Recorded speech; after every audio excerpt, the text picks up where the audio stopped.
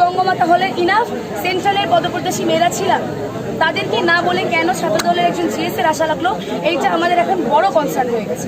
কারণ ভোট কারচুপি হলে আমাদের এজেন্টরা জানাতো, আমাদের এজেন্টরা সম্পূর্ণভাবে আমাদেরকে গ্রিন সিগন্যাল দিয়েছে, এখানে কোনো ভোট কারচুপি হচ্ছে না। তাহলে কোন অভিযোগের বেসিসে গেল আর কেন একটা ছেলের যাওয়া লাগলো? আপনি যেহেতু প্রার্থী, আমরা দেখেছি এখানকার আশপাশে কিন্তু লিফলেট বিতরণ হচ্ছে, এখনো এখানে পড়ে আছে। আমরা প্রচারপত্র পর্যন্ত দিতে রেখেছি। আজকে ভোট গ্রহণের দিন, গতকালকের আগের দিন ভোট গ্রহণের শেষ সময় ছিল, তারপরও আমরা দেখেছি লিফলেট, প্রচারপত্র সবকিছু বিলি করা হয়েছে এবং বিভিন্ন দল থেকে। দেখছেন